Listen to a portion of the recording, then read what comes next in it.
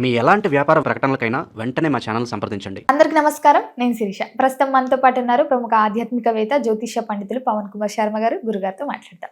నమస్కారం గురుగారు. శ్రీమాత్రే నమః.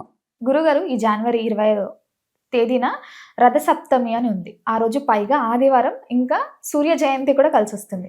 సో ముఖ్యంగా ఆ రోజు విధి విధానాలు ఏంటంటారు గురుగారు? ఆ మంచి రోజుని మనం ఎలా ఉపయోగించుకోవచ్చు అంటారు? సప్తాశ్వరథమారూఢం ప్రచండం కశ్యపాత్మజం శ్వేతపద్మధరం దేవం తం సూర్యం ప్రణమామ్యహం. సవితృసూర్యనారాయణ పరబ్రహ్మణే నమః. సూర్యనారాయణమూర్తి మనకి ప్రత్యక్ష కర్మసాక్షి, ప్రత్యక్ష భగవానుడు. మిగతా దేవతలు మాకు కనపడలేదండి అనడానికి అవకాశం ఉందేమో కానీ సూర్యుడిని మనకు కనపడలేదండి అని అనడానికి అవకాశం లేదు. ఆయన మీదనే ఎన్నో రకాలైనటువంటి కర్మాగారాలు, యంత్రాలు, మన దైనందినమైనటువంటి జీవనమే ఆయన మీద ఆధారపడింది. ఎందుకంటే మన సూర్యోదయం వస్తే కానీ అసలు రోజు మొదలైందని అనుకోం. ఉదాహరణకి సూర్యుడు రాలేదనుకోండి, 9-8, ఇప్పుడు చూడండి చలికాలంలో 8-9 అవుతుంది అనుకోండి, మీరు వెంటనే లేవడానికి ఇష్టపడరు. బాగా సూర్యుడు వచ్చాడండి అని తల్లులు తండ్రులు కూడా తిట్టి లేపడం ఏమిటంటే, ఒరేయ్ సూర్యుడు వచ్చేసాడరా నువ్వు లేవరా అంటున్నాడు. అంటే మన గమనము, మన జీవనము, మన దైనందినమైనటువంటి నిత్య కర్మలు అన్నీ ఆ సూర్య భగవానుడి మీద ఆధారపడ్డాయి. ఇలా మనకి సూర్య భగవానుడు మనకి నిత్యము మనతో ఉండి ప్రతిరోజు ఉదయం మీరు పట్టించుకోండి పట్టించుకోకపోండి, ఆయన వచ్చి ఆయన పని ఆయన చేసుకొని మళ్ళీ సాయంత్రం 6 అయ్యేసరికి డ్యూటీ దిగి ఆయన వెళ్ళిపోతారు. అంటే వెళ్ళిపోతారంటే మన దగ్గర నుంచి వెళ్ళిపోతున్నారు, ఇంకో చోట ఆయన పని ఆయన చేస్తుంటారు. ఇలా మనకి ప్రత్యక్ష భగవానుడైనటువంటి సూర్యనారాయణమూర్తి యొక్క ఆవిర్భావం జరిగినటువంటి రోజున మనకి మాఘశుద్ధ సప్తమి అని చెప్పారు. ఆ సప్తమి చాలా గొప్పదైనటువంటిది. ఆ రోజున ఎవరైతే ఈ సూర్యనారాయణమూర్తి యొక్క ఆరాధనని చేస్తూ ఉన్నారో వాళ్ళకి ఇహలోకంలో ఉండేటటువంటి సమస్తమైనటువంటి భోగాలు, అందులో భోగాల్లో కూడా ముఖ్యమైనది ఏమిటి అంటే ఆరోగ్యం అని చెప్పారు. ఆరోగ్యం లేకుండా మనం భోగం ఎలా అనుభవిస్తామండి?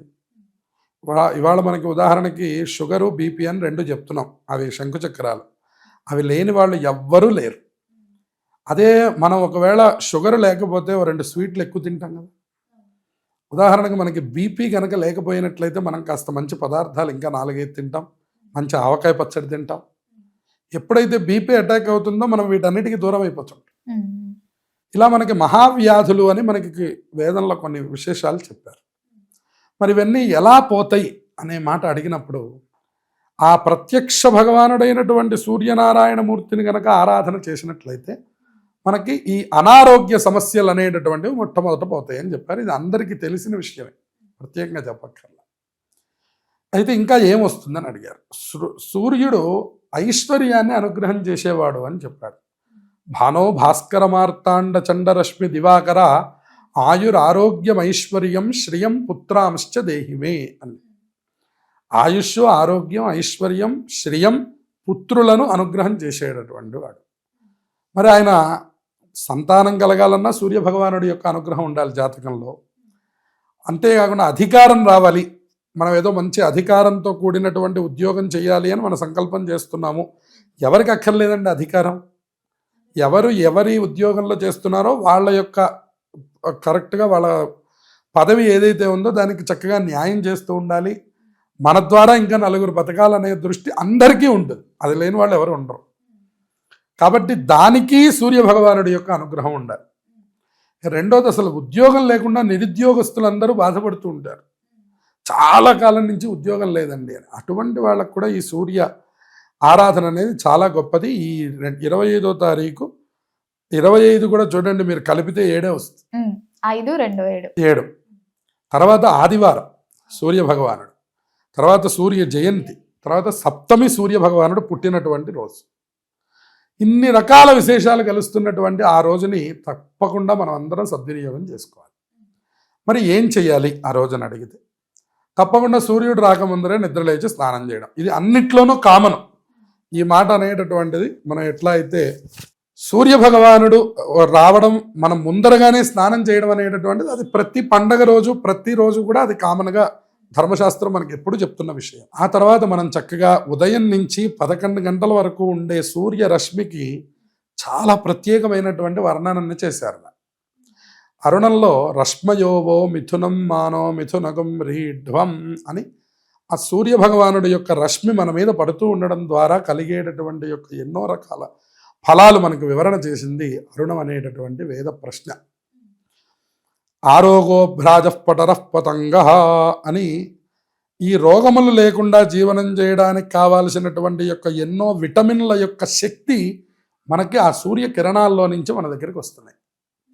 అందుకనే చాలా దేశాల వాళ్ళు సన్బాత్ అని మన దగ్గర చేయడానికని ఆ సూర్య భగవానుడి యొక్క రశ్మి శరీరం మీద పడడానికని చెప్పని వాళ్ళ దేశాల్లో సూర్యోదయమే అసలు ఎక్కువసేపు లేదు అనేటటువంటి విభాగం చేత ఈ సమ్మర్ ప్రాంతం వచ్చేసరికి ఒక 2-3 నెలల పాటు ఇక్కడికి వచ్చి ప్రతిరోజు వెళ్ళి ఆ సముద్ర స్నానం చేసి ఆ శరీరం మొత్తము సూర్యుడికి కనపడే విధంగా పెట్టి ఆ సన్బాత్ చేసి శరీరానికి కొన్ని ఇమ్యూనిటీస్ తీసుకొని ఇక్కడి నుంచి బయలుదేరి వెళ్ళి విదేశాల్లో జీవనం చేస్తున్నారు. మనం అర్థం చేసుకోవాలి ఏంటంటే మన సనాతన సంప్రదాయం, మన భారతదేశం ఎంత గొప్పది అనేది మనం అర్థం చేసుకోవాలి. మనకి ఇక్కడ 12 గంటల పాటు సూర్యభగవానుడి దర్శనం జరుగుతుంది. చాలా దేశాలకు ఆ భాగ్యం లేదు. 12 గంటలు సూర్యభగవానుడు కనపడడం లేదు. సూర్యుడు 2 గంటలు కనపడే దేశాలు కొన్ని ఉన్నాయి, గంటే కనపడే దేశాలు ఉన్నాయి, అసలు సూర్యుడే రాని దేశాలు ఉన్నాయి కొన్ని. మరి అటువంటి సూర్యభగవానుడు కనుక మనకు కనపడకపోతే మన దైనందినమైన జీవనం ఆగిపోతుంది. సౌరమానం అని మనం సూర్యుడితో మాత్రమే చేసేటటువంటి ఒక ప్రకరణం ఉంది. అంటే సూర్యుడు ఉంటేనే వాళ్ళు అంటే కార్యక్రమాలు అవి చేస్తారు. ఉదాహరణకు మీరు తమిళనాడు చెన్నై నుంచి ప్రాంతాల్లో మీరు గమనించినట్లయితే వాళ్ళకి రాత్రిపూట పెళ్ళిళ్ళు అసలు ఎక్కువగా ఉండవు. వాళ్ళకి మీరు ఏ పెళ్లి చేయండి, ఒడుగు చేయండి, గృహప్రవేశం చేయండి, ఏ కార్యక్రమం చేయండి, మధ్యాహ్నం 2 గంటల లోపల అన్ని కార్యక్రమాలు పూర్తయిపోవాలి. సూర్యోదయం అయ్యాకనే మొదలు పెట్టాలి. సూర్యోదయం అయిన తర్వాత మధ్యాహ్నం 2 గంటల లోపల మీరు ఏ కార్యక్రమం చేసినా అయిపోవాలి వాళ్ళకి. దేని వలన అంటే వాళ్ళు సూర్యుడు లేనిదే ఏ కార్యక్రమం చేయరు వాళ్ళు. దాన్నే సౌరమానం అంట. మనం పాటించేటటువంటి దాన్నేమో చాంద్రమానం అంట. చాంద్రమానం అంటే మనకి చంద్రుడు ఉన్నప్పుడు కార్యక్రమాలు జరుగుతాయి, సూర్యుడు ఉన్నప్పుడు కార్యక్రమాలు జరుగుతాయి.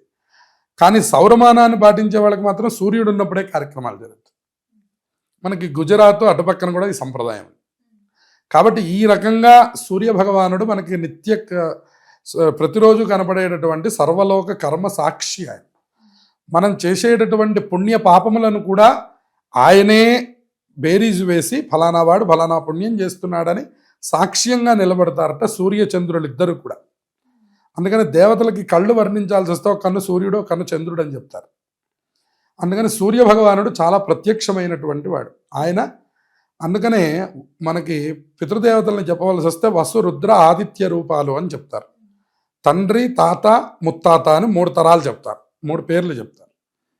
ముత్తాత ఎక్కడున్నాడండి అంటే ఆదిత్యలోకంలో ఉన్నాడండి అన్నారు. ఆదిత్యలోకం తర్వాత స్వర్గపాదేయం మోక్షం వస్తుంది. ఆదిత్యలోకం దాటాలి అంటే ముందు వసులోకం దాటాలి. వసులోకం తర్వాత రుద్రలోకం, రుద్రలోకం తర్వాత ఆదిత్యలోకం, ఆదిత్యలోకం తర్వాత మోక్షం. అందుకని ఆదిత్యుడు ఎవరు అంటే ఆయన మోక్షాన్ని ఇచ్చేటటువంటి వాడు. నమస్సవిత్రే జగదేక చక్షుషే జగత్ప్రసూతి స్థితినాశహేతవే త్రయీమయాయ త్రిగుణాత్మధారిణే విరించి నారాయణ శంకరాత్మనే. ఆయన త్రిగుణాత్మక స్వరూపం. ఆయన సత్వ రజస్తమో గుణాలు 3టిని అనుగ్రహం చేయగలవాడు. ఆయన త్రిమూర్తులకి అధిపతి. ఆయన త్రిమూర్తులకి ఆయన స్వరూపం. ప్రాతర్బ్రహ్మస్వరూపాయ మాధ్యాహ్నే విష్ణురూపిణే సాయం శివరూపాయ దివాకరాయ నమో నమః. ఆయన దివాకరుడు. ఆయన త్రిమూర్తిశ్చ దివాకర. ఆయన దివాకరుడు. ఆయన ఉదయం పూట మన జీవనాన్ని నడిపించేటటువంటి దివా అంటే ఉదయం అని అర్థం, కరుడు అంటే నడిపించేవాడు అని అర్థం. ఉదయాన్నంతా నడిపించేది ఎవరు? సూర్యభగవాన్. మన జీవనాన్ని నడిపించేది ఎవరు? సూర్యభగవానుడు. చూడండి, మనకి గవర్నమెంట్ ఉద్యోగాలు కానివ్వండి, మీరు ఏది చూడండి, సాయంత్రం 5-6 అయ్యేసరికి ముగించుకొని వచ్చేస్తాం కదండి. 5 గంటల తర్వాత మీకు గవర్నమెంట్ శాఖ ఏదైనప్పటికీ పనిచేయదు. ఎందువలన? సూర్య సంబంధం ఉంటేనే కానీ గవర్నమెంట్ ఉద్యోగం రాదు. సూర్య సంబంధం ఉంటేనే కానీ గవర్నమెంట్లో అధికారాన్ని పొందలేము. సూర్య భగవానుడి యొక్క అనుగ్రహం జాతకంలో ఉంటేనే కానీ మనకు అసలు ఒక పదవి కూడా రాదు. అంటే రాజకీయ నాయకులకు కానివ్వండి, గవర్నమెంట్ ఉద్యోగాదులకు కానివ్వండి, ఆరోగ్యానికి కానివ్వండి, అభివృద్ధికి కానివ్వండి, ఐశ్వర్యానికి కానివ్వండి, అలాగే ఆయుర్దాయానికి కానివ్వండి, ఏ రకముగా మనం చూసినప్పటికి కూడాను అన్నిటికీ మూల పురుషుడు ఎవరు అంటే ప్రత్యక్ష భగవానుడైన సూర్య భగవానుడు. ఆ సూర్య భగవానుడు జయంతి రోజున మనం చక్కగా స్వామికి ఆరాధన చేసుకొని ఓ చక్కనైనటువంటి రాగి చెంబులో మందారపు పువ్వు వేసుకొని ఎర్రటి అక్షింతలు తీసుకొని 12 సార్లు ఆ సూర్య భగవానుడికి అర్ఘ్యాన్ని సమర్పించాలి. సమర్పిస్తే ఆ సూర్య భగవానుడు సంతుష్టి చెందుతాడు. నమస్కార ప్రియో భాను అని చెప్పారు. ఒక్కొక్కళ్ళకి ఒక్కొక్కటి అంటే ఇష్టం అని చెప్పారు. అలంకార ప్రియో విష్ణు అని చెప్పారు. అలంకారం అంటే విష్ణుమూర్తికి చాలా ఇష్టం, అందుకని మనకు అలంకారాలు ఎక్కువ చేస్తాం. అభిషేక ప్రియ శివ అన్నారు. శివుడికి అభిషేకం అంటే మహాప్రీతికరమైనటువంటిది. నమస్కార ప్రియో భాను అని చెప్పారు. భాను అంటే సూర్య భగవాన్, ఆయనకి నమస్కారాలు చేస్తే బాగా ఇష్టం. యోగా ప్రక్రియలో మొట్టమొదటిది ఏమిటంటే సూర్య నమస్కారాలు. ఎవరైతే 12 సూర్య నమస్కారాలు చేస్తున్నారో మిత్రాయ నమః, రవయే నమః, సూర్యాయ నమః, భానవే నమః, ఖగాయ నమః, పూష్ణే నమః, హిరణ్యగర్భాయ నమః, మరీచయ నమః, ఆదిత్యాయ నమః, సవిత్రే నమః, అర్కాయ నమః, భాస్కరేభ్యో నమః అనే ఈ 12 నామాలు ఎవరు చదివి అర్ఘ్యాన్ని సమర్పిస్తున్నారో, ఎవరు చదివి నమస్కారం చేస్తున్నారో వాళ్ళకి ఆయన అన్నీ ఇస్తాడు.